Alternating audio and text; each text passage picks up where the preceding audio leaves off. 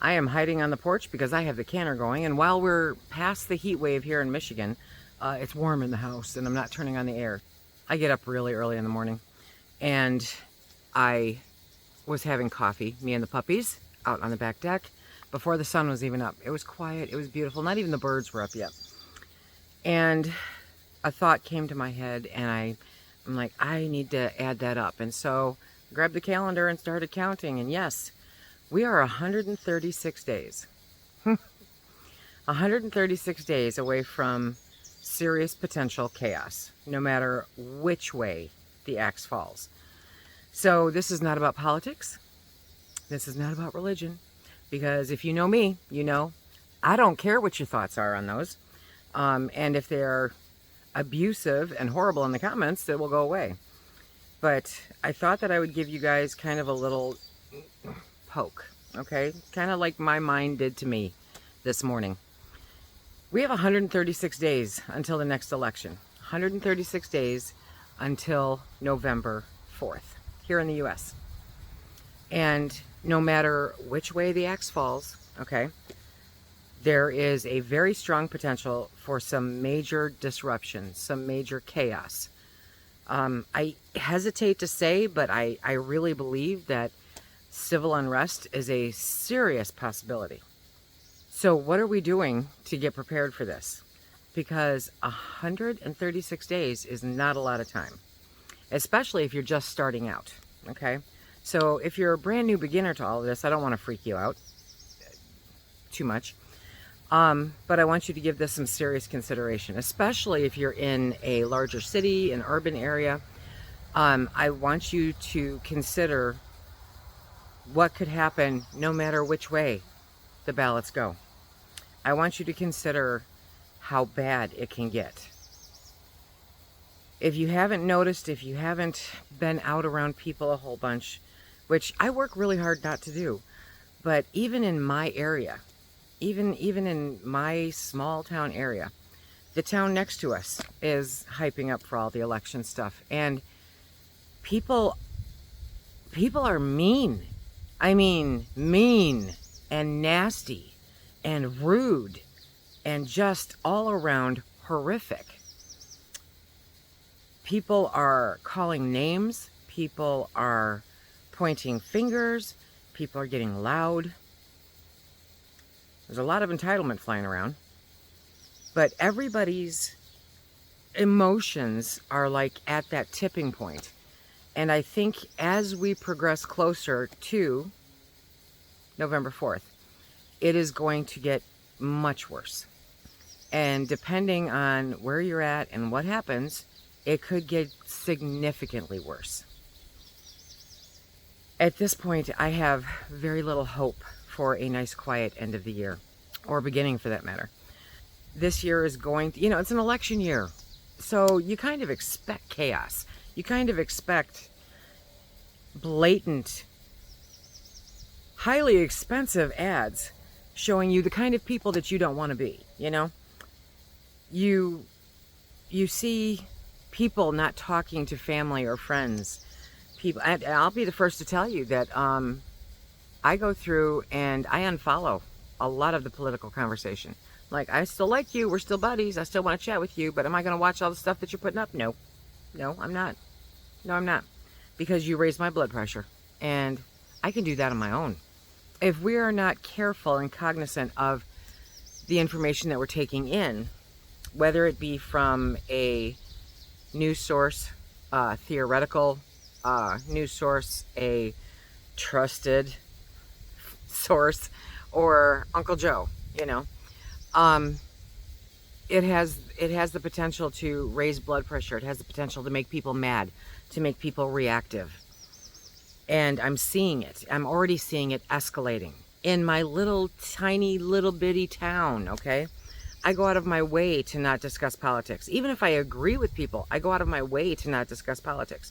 I grew up in an era where my parents wouldn't even tell us who they voted for, because they wouldn't tell each other who they voted for, because it was nobody else's business but theirs. And the fact of the matter is, it is highly unlikely that you're going to change anybody's mind, okay? But being aggressive and rude and just a horrible example of a human being, does not help the situation at all. It doesn't help it at all. And so things are escalating. They're getting worse. Now, you add all of that emotion, all of that, okay, on top of higher food prices and lower wages and record high housing prices and the fact that the kids can't move out and nobody can afford to do anything or go anywhere. And everyone's kind of on the edge because they're not sure what's next. So if you're one of those folks that's not struggling, you know, that can go to Disneyland or whatever you do, okay, then you're probably not as aware of it, theoretically. But for the people in the trenches, people like me, okay, there's not a lot of extra money running around here. I'm looking at things going, this could get a lot worse. And so where can I rein it in? What can I pay down? What can I pay off? What can I stock up on? If I'm going to blow money, do I blow it on frivolous things? Or do I blow it on preps? Do I blow it on increasing my food stash? Now, I was out this morning and I spent some time with a young lady who I talk to all the time. And, you know, I told her, I said, it's going to get wonky. It's going to get wonky. We are 136 days away from the election, and there is no telling how bad people are going to react then, considering how bad they're reacting today. And she's like, well, I'm just going to come to your house. I said, no, you're not. You are not. But I have 136 days to teach you how to stock up. I have 136 days to teach you how you can be better prepared. And so I think that's what we're definitely going to focus on for the next 136 days, okay? Well, not being a Debbie Downer and not, you know, trying to fearmonger, because that's, I don't. You guys want to watch fearmongering, I can refer you to a bunch of other channels, but I try to give you, excuse me, practical information on how to stock up your pantries for emergencies, for hard times, for rough times, for medical times, for monetary times, for civil unrest. Because as it is today, as a full-grown woman, okay, I know how dangerous it is for me to go any place by myself, even up here. And my resting bitch face doesn't matter, okay? I know how dangerous it is for children nowadays. All you have to do, I mean, my news feed and my Twitter feed, I don't even click on them anymore. The part that shows up in the notification, I've already had today 4 different notifications about child abductions or child SA. I have a solution for this, but, you know, most people don't want it. There's so much hate and so much anger that it's boiling. It's just boiling over. And it's showing itself in so many horrible ways that it's dangerous.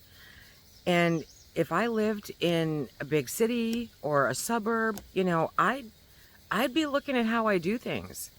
It's dangerous for us to walk from our car into Walmart, okay? It's dangerous for us to do it alone. We have to have our head on a swivel all the time. We have to be fully aware of who is watching us, who is paying attention, who is following us. And anymore, the standard old, I mean, when I was 18, you know, you carried your keys, one coming out of each, you know, finger, because you could hurt somebody like that. I've mentioned before, if you have a free arm and you have the ability and you're being attacked, something my father told me when I was young, it's always stuck with me, because I'm like, ooh, you know, and it was, you know, take the palm of your hand and ram it into their nose and understand that most likely they're not getting up again if you do it hard enough. I'm afraid for our youth. My grandson's girlfriend is going to college in a rural town. And when she told me about it, and she's very shy, she's sweet, but she's telling me about it and how she's trying to get, you know, geared up and kind of, you know, to go there. And I said, you do know how to take care of yourself, right? And she's, yeah. I said, no, like, you know that if you shove your palm really hard into somebody's nose at the right angle, that you can kill them and stop them from hurting you. And she said, yeah, I do. How horrible. How horrible that these young people have to think about this. How horrible that you have to be worried about going out with friends and having somebody slip something into your drink. How horrible that you have to, no matter what age, have to worry about being sexually assaulted. And with everything that is just amplified with this election, everything that is amplified with everybody's emotions, no matter what you believe, everything that's amplified with this election and how they're bringing religion into it hard and pushing all of that at people. And it's like nothing is sacred anymore except anger. People take pride in their anger. So the gist of this is that, now that, you know, the gist of this is that we have 136 days to prepare. Personally, I'm taking this very seriously. I consider myself to be pretty well stocked. I consider myself to be pretty well protected. But I also know that in 136 days, this country could literally get tipped on its side. And like I said, it doesn't matter. Right, left, doesn't matter. Okay? Either way, it could get tipped hard. And if we're going to base it off the last election, that won't be the last time. Because then we'll have another countdown for the inauguration. We need to consider what we need today without panicking, okay? You don't have to panic about it, but you do have to plan and you do have to prepare. And you cannot take 4 months to plan. You need to start preparing today. You need to start stocking up on the things that are important for you for like the next 6 months. You need to keep your head down and your mouth shut. You need to keep your head on a swivel. You need to be prepared to defend yourself, no matter how old or young you are. You need to be able to protect the people that you love. I don't care if you're a man or a woman. I don't care. Because I'll tell you what, you have never seen somebody go mama bulldog on somebody until they say something about my husband. And then I am right there. I am right there. I will chest bump you and we will be on it, okay? I am obsessively protective about the people that I love. And so it does not matter if you're a man or a woman. What matters is that you honor them and you protect them to the best of your ability. You learn how to protect yourself. I know we've got a lot of single people here. Learn how to protect yourself. It is not hard. Doesn't matter how old you are, there are ways to do it. We need to be aware. Because in 136 days, things are going to turn upside down. And America as a whole has gotten very complacent. Very complacent. We are no longer a country of kick butt and take names. We are a country of, I'm going to sue you, or you hurt my feelings, or, you know, any other number of things. So I guess my message today, as, you know, long and drawn out as it is start preparing, start planning. We are going to come back to this subject somewhat frequently, because I am stepping up my game. I am amping up my plans. I always have plans. I have plans for everything I do. I am amping up my plans. I am making sure that I have buckets and jars and freeze-dried stuff and dehydrated stuff. And I have my animals, and I have the feed that I need for my animals, and I have the firewood that I need to stay warm. I have the ability to protect me and mine. I have the knowledge to protect me and mine. And I don't spend all day every day on anything, okay? Whether it's my phone or the computer or the television, to where I'm hyper focused on any news, but I do a cursory glance. I do read the headlines of the paper. I do read at least the little part of the notifications that I get. I pay attention to the newspaper here, because here, small town USA, they post in the newspaper. It's like 2-3 pages long sometimes. All the people that got arrested or went to court. I look through those names. Okay. I pay attention on a very high umbrella look at what is happening around me, around the state, and around the country, so that I am better prepared for 136 days. You can't put your head in the sand. You cannot. You cannot do it and expect to come out on day 140 absolutely sparkling and fantastic. You have to be aware of what's coming your way.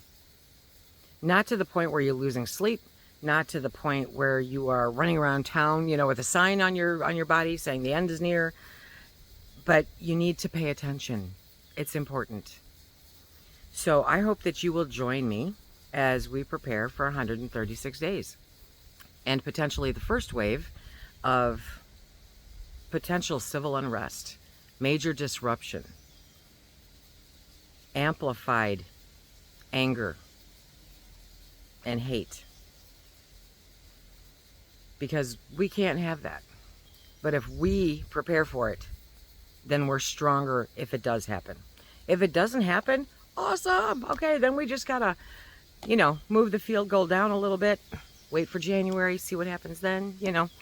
But 2025, I don't think is going to be a picnic by any stretch. But we do need to make sure that we're prepared at least for the beginning part, 136 days. When you look at that, that's not that long. That's less than 4 months, okay? So in 4 months' time, what can you do to better prepare yourself? What are you focusing on to better prepare yourself? I would love to hear it in the comments section. Maybe you'll trigger somebody else who reads the comments into thinking, I didn't think about that. You guys do it to me all the time. I didn't think about that. Why didn't I think about that? It's the community, and this community is fantastic and remarkably smart. And because we're all coming at it from different perspectives, we are going to be able to alert each other and to help each other to all become better prepared. Because remember, you're not an island, not by any stretch. So you need to find your people, and you need to figure out what you need, and you need to prepare. If you're interested in starting pantry preparedness, I have a video with 24 forever foods. Literally, you could buy them today and they'll never go bad, okay? That video is right here. And until next time, stack it to the rafters, my friends, and stay safe.